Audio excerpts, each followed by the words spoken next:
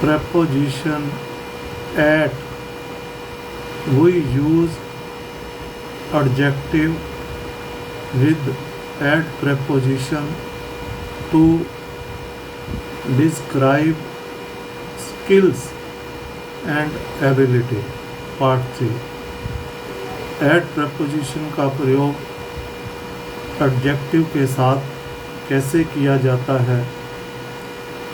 पहले subject, उसके बाद helping verb, is, am, are, was, were, फिर adjective, फिर at preposition और उसके बाद noun. If you are good at something, यदि आप कुछ करने में अच्छे हैं तो you do it well, आप उसे अच्छी तरह करेंगे. If you are bad at something, यदि आप किसी काम को करने में अच्छे नहीं हैं तो you do it badly, आप उसे अच्छी तरह नहीं करेंगे और ना ही कर पाएंगे.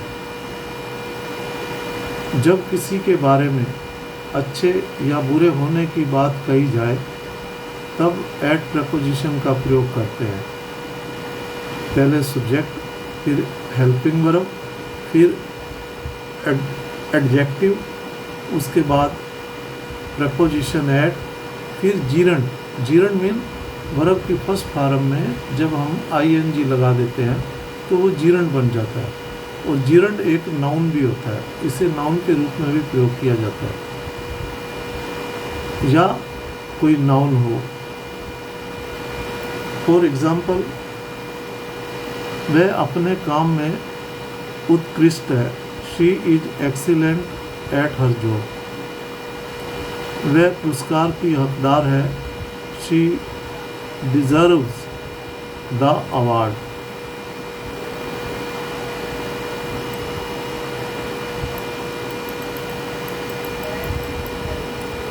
अध्यापक चीज़ों को समझाने में बहुत अच्छे हैं. The teacher is excellent at explaining things. वे मज़ेदार पार्टियों की योजना बनाने में माहिर हैं.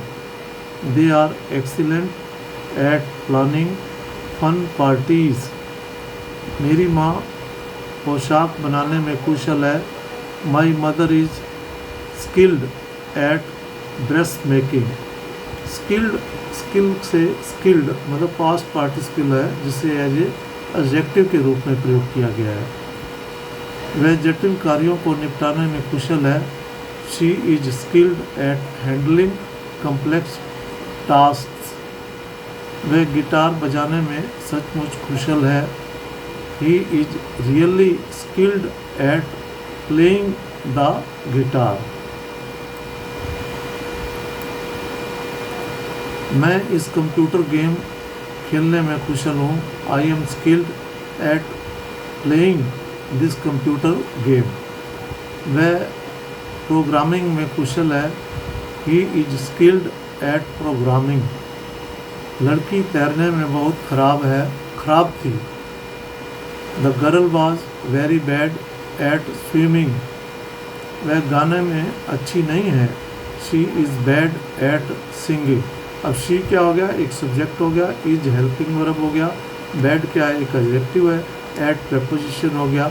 सिंग मैंने गाना एक वर्ब है, इसके साथ हमने ing लगा दिया तो ये एक जीरण बन गया. जीरण को नाउन के रूप में भी प्रयोग किया जाता है. मैं ड्राइंग में खराब हूँ. I M bad at drawing. वह अपने काम को व्यवस्थित रखने में बहुत ख़राब था. मतलब ठीक ढंग से नहीं रख पाता था वह अपने खातों को व्यवस्थित रखने में बहुत ख़राब था. मतलब जो उसके अकाउंट्स थे उसको सही तरह इन ऑर्डर में नहीं रखने के लिए वह बहुत ही ख़राब था, जब सही तरह नहीं कर पाता था. He was very bad eight keeping his accounts. वह अपने खातों को व्यवस्थित रखने में बहुत ख़राब था. मैं खेल कूद में अच्छा नहीं हूँ.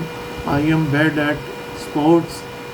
अब आई सब्जेक्ट हो गया, एम हेल्पिंग वर्ब हो गई, बैड एडजेक्टिव हो गया, एट प्रेपोजिशन होगी, और स्पोर्ट्स हो गया नाउन हो गया। वह विज्ञान में कमज़ोर है, she is poor at science. वह विदेशी भाषाओं में बहुत कमज़ोर है, she is hopeless at foreign languages. वह चीज़ों को व्यवस्थित रखने में बिल्कुल भी सक्षम नहीं है, she is hopeless at organising things. वह चीज़ों को व्यवस्थित रखने में बिल्कुल भी सक्षम नहीं है।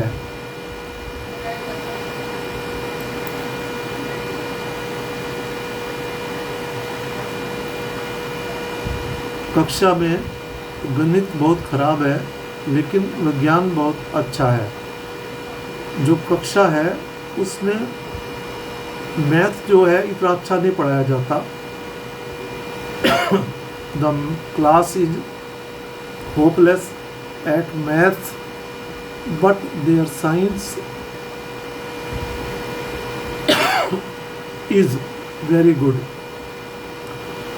कक्षा में गणित बहुत खराब है, लेकिन विज्ञान बहुत अच्छा है। The class is hopeless at maths but their science is very good.